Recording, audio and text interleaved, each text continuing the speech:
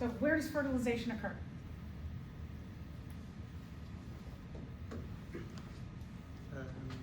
Uterine tubes. Right, the uterine tube, fallopian tube, or oviduct. Remember, this can be called all of these things. So fertilization occurs, remember that. Fertilization occurs in the uterine tube, the fallopian tube, the oviduct.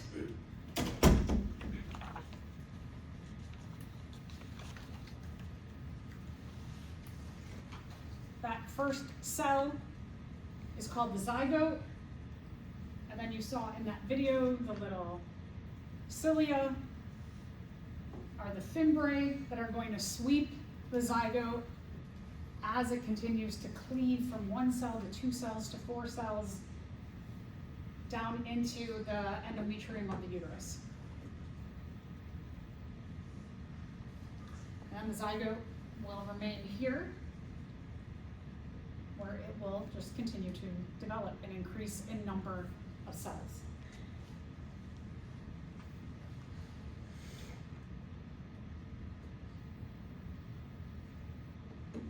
This is a great illustration. You can see that upon ovulation, the ovulated egg will get fertilized in the top part, somewhere in this beginning part of the fallopian tube, and then begins day one, and you get that first, what we call cleavage, 2 cells, and then 2 cells are going to cleave into 4 cells. Remember that every step, as you get more cells cleaving, the amount of CG is going to increase. The chorionic gonadotropin continues to increase as we have cleavage occurs and more cells cleave. The other thing that I want you to notice on this illustration is that the ball of the original cell, the zygote, the size of the ball of cells does not change much. That in the first 2 weeks of development, that going from that first cell, cleaving into 2, into 4, into 8, into 16, the mass of the cells stays exactly the same. So even though you have cleavage, the mass stays the same. The number of cells increases, right? It goes from 1 to 2 to 4 to 6 to 8. So the size of the mass stays the same. The number of cells increases. The size of each cell, do they get bigger or smaller then? They get smaller, right? So you go from just thinking about 1 cell to 2 cells. Those cells have halved their size. And then the cells quarter their size, and then they go to an 1/8 and a 16th. So the mass stays the same. Number of cells increases from day to day, and the size of the cells decrease. Depending on which side of the body that ovulation occurs on will depend on where the placenta from the mother is formed. So in this case, if this is the female's left side, the placenta will begin to form here where the embryo embeds on the left side of her uterus. On occasion,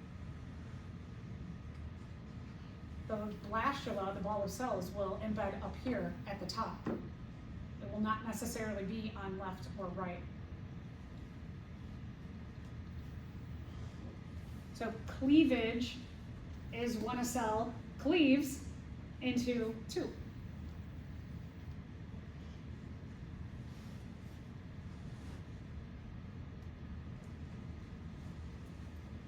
Eventually, within the first week, you have enough cells to have this bigger amount of cells called the morula. The morula is solid in structure. The cells of the morula continue to cleave. The cells move to the outer portion of the mass, leaving the inside of that mass hollow, kind of like a raspberry.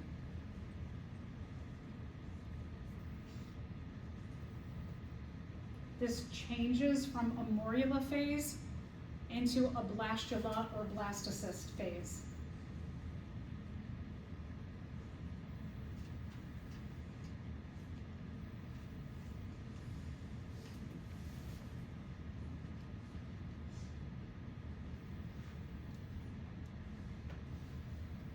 The morula is a solid ball of cells.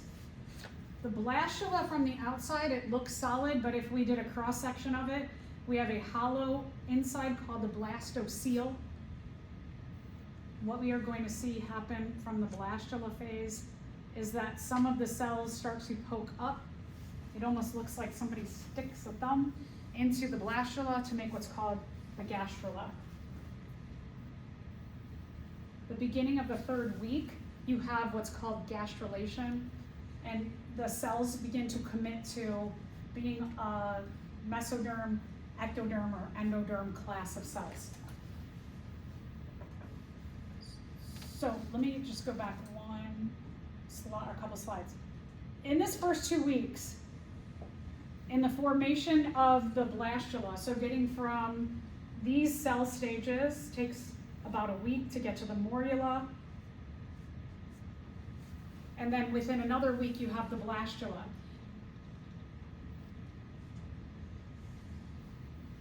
By the end of so in the first 2 weeks, all of these cells that you saw developing, they are not committed to being any specific kind of cell.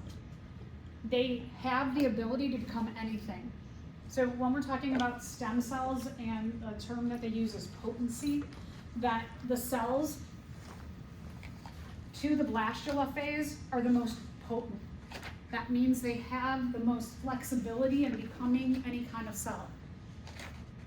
With embryonic stem cell research, there is the controversy when they talk about using embryonic cells for stem cell research, that they use those first 2 weeks of fertilization because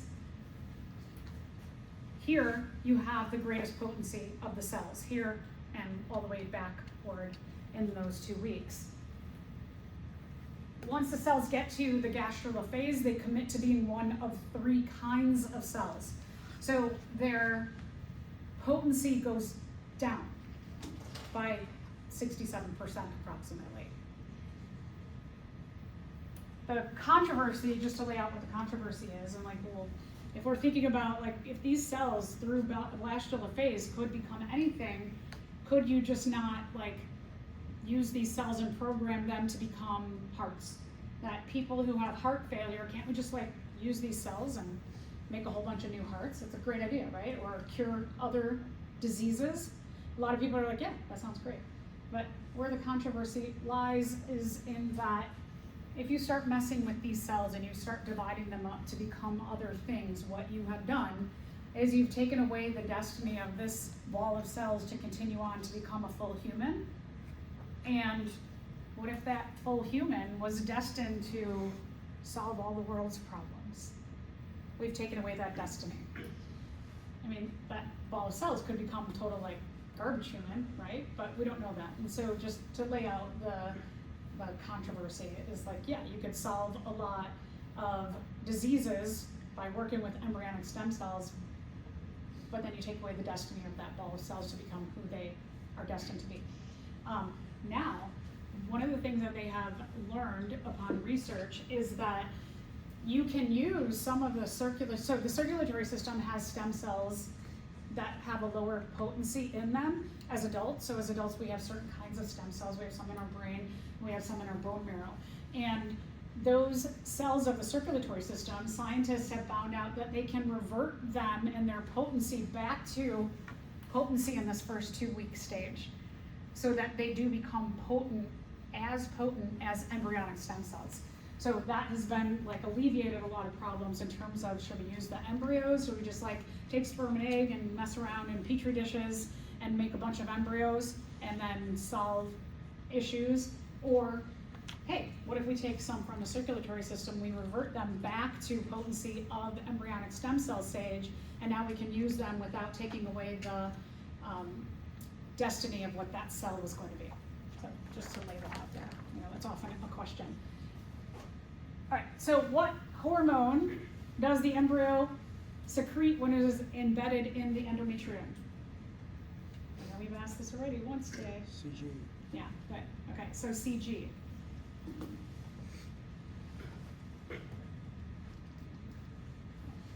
Just to show you the stages of embryonic growth. It's another cool video.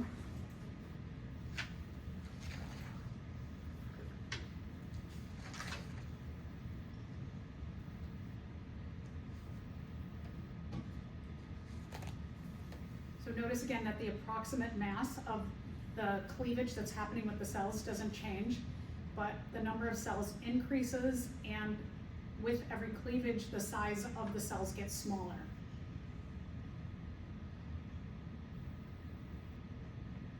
Next week, you're going to look under the microscope and you're going to see these stages yourself.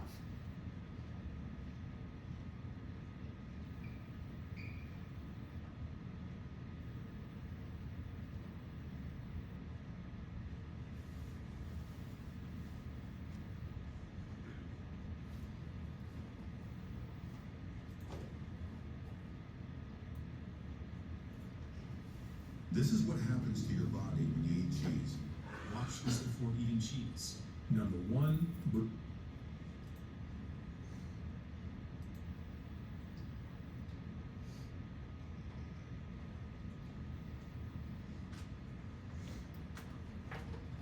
So this is on day 7.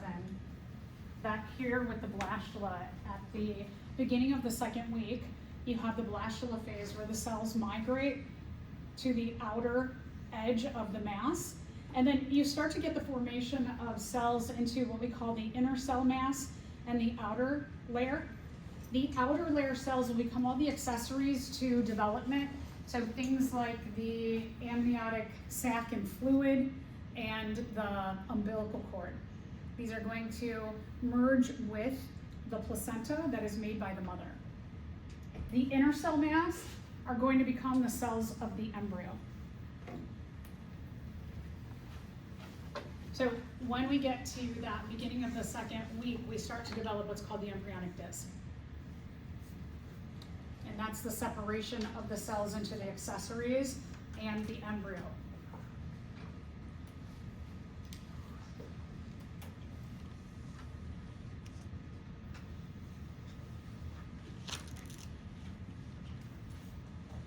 At the end of the 2nd week or beginning of the 3rd week, you have what's called gastrulation, the formation of the gastrula.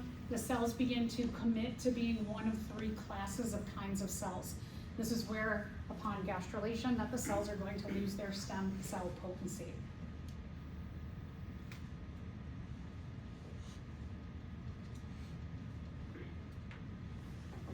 So gastrulation is the specialization of the cells into different classes or categories. These categories are called endoderm, ectoderm, and mesoderm.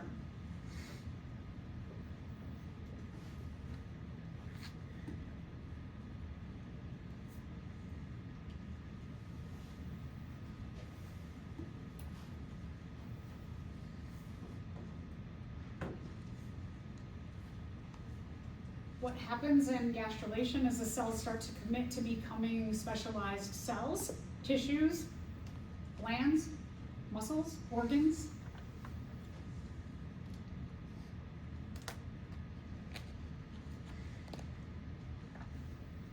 And I'll just end here with specifying what each of the different kinds of cell groups the cells can become. The endoderm is called the inner skin.